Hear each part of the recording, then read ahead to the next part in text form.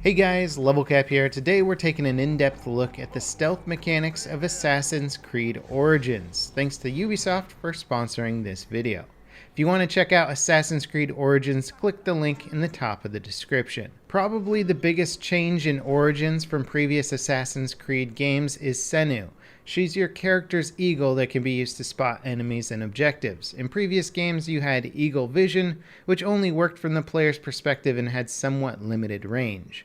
Now you can use Senu to fly over an entire mission area and mark everything in sight. This is a good tool for players that focus on stealth combat. Being able to track enemies as they move around is important if your goal is to avoid detection. It also helps you figure out what level each enemy is so you can decide who to take out first. Higher level enemies can be much harder to kill quickly, even with takedown attacks. Prioritizing them over lower level enemies gives you a pretty good edge in most missions. The combat in Origins, though, is much less forgiving than previous games. Chaining attacks between multiple enemies and performing quick takedowns takes a lot of leveling up to unlock those abilities.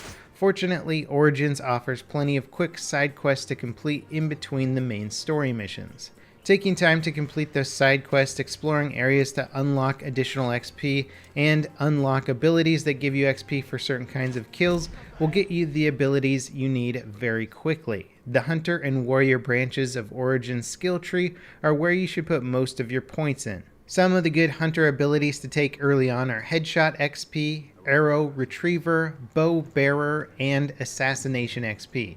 The XP abilities give you bonus XP for your kills you'd normally do anyway. Taking them gives you an early advantage for leveling up later when missions have greater numbers of enemies to take out. Arrow Retriever will keep you fully stocked on arrows provided you can loot the bodies of your kills. It's good to have and helps you avoid going out of your way to loot ammo from caches. I consider the Bow Bearer skill to be one of the essentials you'll need along the way. It lets you equip two different bows at once. The long-range Predator bow is ideal for picking off perimeter guards, while the light Hunter bow can quickly take down low-level and armored targets. The enhanced light and Hunter bow abilities give those weapons big boost in usability, so be sure to take them on early. The higher level Hunter abilities are all well worth the investment. If you're spotted, enemies will go on the alert and raise the alarm quickly. These abilities give you more time to react and make dealing with multiple enemies much easier. Elite Ranger slows down the time when you aim in mid-air. It's a pretty situational ability, but can certainly have its uses. Bow Fury and Chain Assassinations are more useful in general combat. Bow Fury gives you 3 seconds of slow-mo while aiming after getting a stealth kill. If you're hiding in a bush, popping up to aim your bow will give guards line of sight on you. Bow Fury gives you enough time to take them out before they spot you. Now, most guards in the game travel in pairs, or at least they walk close to other guards. Chain Assassination activates after you stealth kill an enemy with your hidden blade and lets you take down one additional target. Not having this ability puts you at a disadvantage in so many situations that it almost feels like a required ability. Spending 2 ability points on Hunter's Instinct is worth doing to get Chain Assassination sooner. The Warrior branch has some very useful combat abilities that make stealth gameplay a bit easier. Air Attack is one of the best abilities in the game. It allows for stealth takedowns even on higher level enemies from above. Those enemies can generally take multiple headshots to kill. Some higher level enemies will survive an air attack, but for most enemies it's still very effective. The other abilities in the Warrior branch are most useful outside of stealth combat, but they're all generally good. If you've maxed out your Hunter branch, sink some more points into the Overpower abilities. They make getting out of bad situations much easier, even if they're not that great for stealth. Finally, the Seer branch has 3 essential abilities that you should take ASAP. Dawn and Dusk lets you advance time from day to night or vice versa. Most mission areas have less guards on duty at night. Guards also seem to patrol a little bit less on night, with many either sleeping or eating instead of walking around. Sleep darts will down most low-level enemies instantly. They have decent enough range to be effective from cover, but enemies you use them on can be woken up by other guards. Salesman is essential for leveling your gear quickly. It gives you a 25% boost when selling junk and animal goods. Vendors aren't the best source of weapons, but they're the only way to level your weapons over time. Salesman makes the high cost of leveling weapons up much more manageable. What weapons you keep in your inventory can make a big difference in how you take out enemies. Swords are good options but limit your range. Heavy blades and scepters are what you should keep an eye out for. Heavy blades strike a good balance between speed, range, and power, making them ideal for quick takedowns without sacrificing effectiveness against multiple enemies. Heavy blunts and spears are much more situational and really aren't that useful.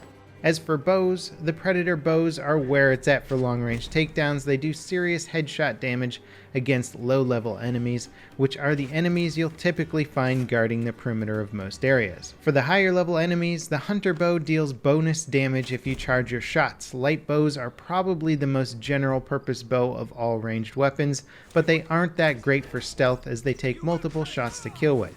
In most situations, the Predator and Hunter bows are the ideal combination to run with. Finding some of the best weapons in the game is a little easier than you might think. Weapons come in 3 rarity tiers: blue, purple, and golden.